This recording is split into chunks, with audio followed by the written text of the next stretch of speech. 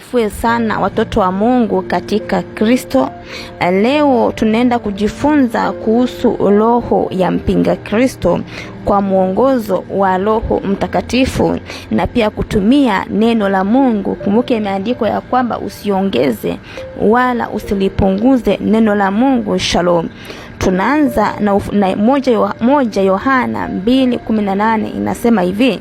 Nitasoma kwa uwezo wa Roho Mtakatifu. Watoto, ni wakati wa mwisho, na kama vile mlivyosikia kwamba mpinga Kristo yuaja, hata sasa wapinga Kristo wengi wamekwisha kuwapo. Kwa sababu hiyo twajua ya kuwa ni wakati wa mwisho. Neno la Mungu linasema ya kwamba watoto, ni wakati wa mwisho, na kama vile tumesikia kwamba mpinga Kristo yuaja, lakini wapinga Kristo wamekuwako wengi.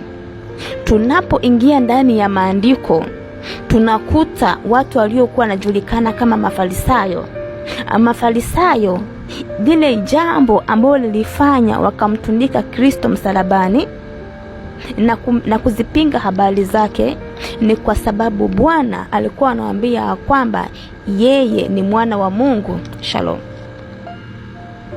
Kwa hivyo walikuwa wanapingana sana na huo ushuhuda, wakisema ya kwamba anajifanya sawa na Mungu. Yeye ni nani?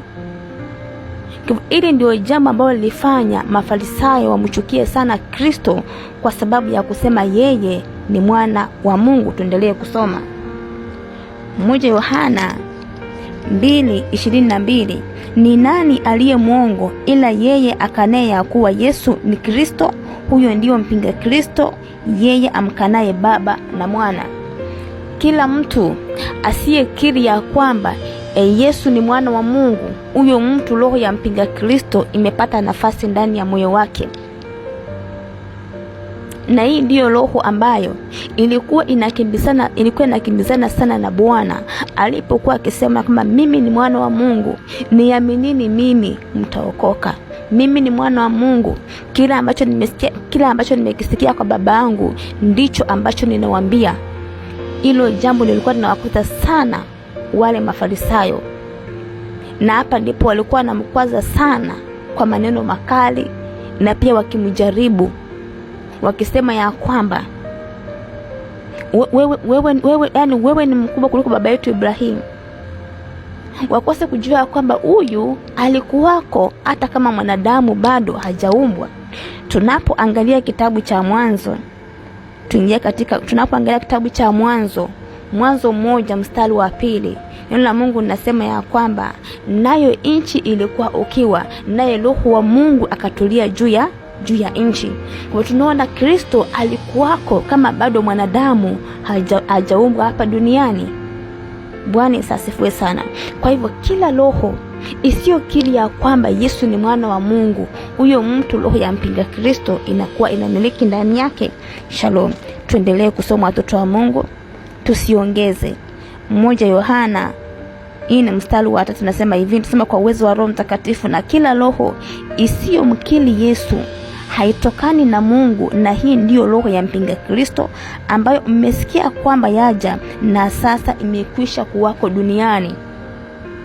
Roho ya mpinga Kristo ilikuwa imekuwako duniani kipindi cha Kristo alipokuwa akienda akiwaambia kwamba mimi ni mwana wa Mungu. Walikuwa wanapinga habari zake, walikuwa wanampinga. Sasa hii roho ya mpinga Kristo sasa ilikuja ikapata nafasi ndani ya madhehebu ambayo yako hapa duniani kipindi hiki.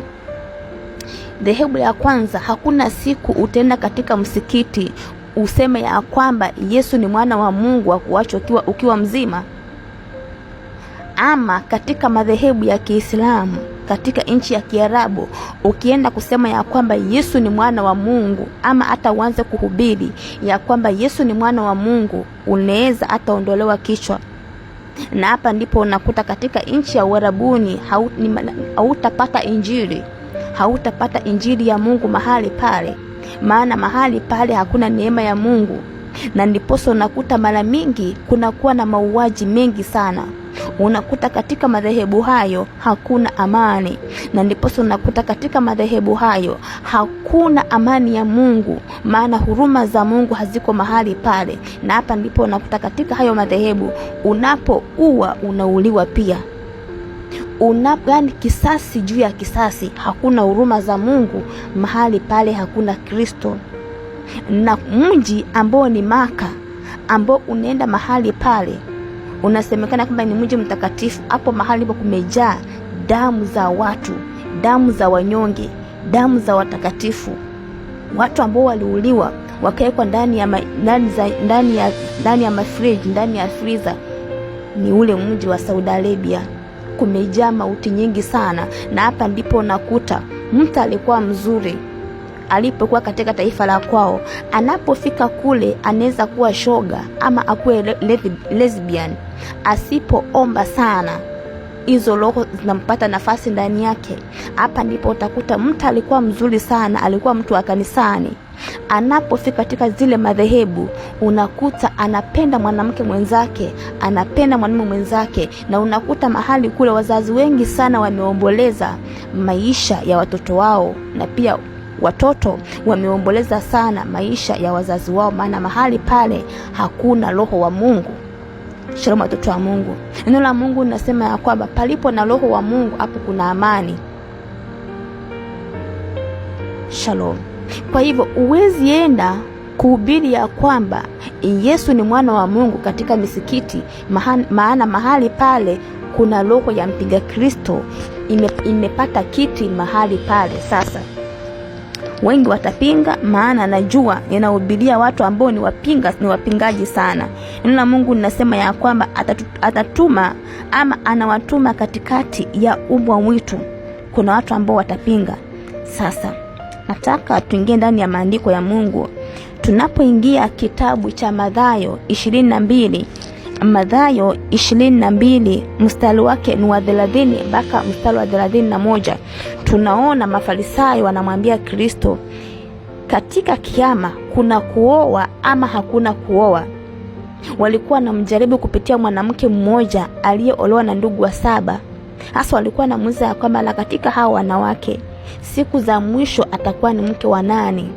Maana pia nao walikuwa na ile imani ya kwamba kuna kuoana baada ya kufa. Bwana anawaambia hivi, anawaambia mnapotea kwa sababu ya kutojua. Maana katika kiyama hakuna kuoa wala hakuna kuolewa, mbali wala ambao wamestahiki watakuwa kama wana wa Mungu. Manake mtabadilishwa miili ambayo ni miili ya tamaa na kupewa miili kama ya malaika. Malaika hana jinsia, malaika hana tamaa. Shalom. Kwa hivyo Bwana anasema mtabadilishwa miili mkuwe kama malaika wa Mungu, miili ambayo sio ya kutamani, miili ambayo sio ya zinaa, miili ambayo inapingana na roho, maana kila wakati mwili huwa unapingana na roho. Sasa tunapoingia kitabu cha Qur'an 2:25 inajulikana kama Al-Baqarah. Hapo Mungu wa Waislamu anawaambia kwamba katika siku za mwisho watakuwa na wanawake waliotakasika. Sasa hapa ndipo utajua kwamba hii ni roho ya mpinga Kristo, roho ambayo ni kinyume na neno la Mungu. Tunapoingia pia kitabu cha Mathayo 19 mstari wake ni wa 6, Bwana anasema ya kwamba alichokiunganisha Mungu mwanadamu asikitenganishe. Shalom.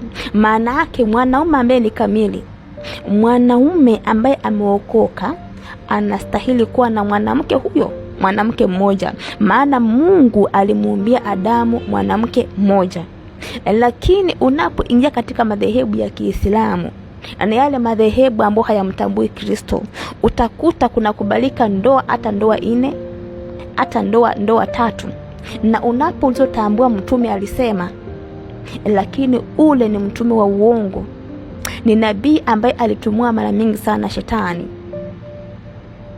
ni nabii ambaye alitumwa sana na shetani kwa kipindi kikubwa sana, roho ya mpinga Kristo. Bwana aweze kutuhurumia sana. Sasa kuna watu ambao wanapotea. Unakuta mtu anaacha njia ya kweli, anamwacha Yesu, anaenda kwa mtu ambaye alitumwa na shetani kuweza kupoteza kondoo za Mungu. Na jambo lingine ni ya kwamba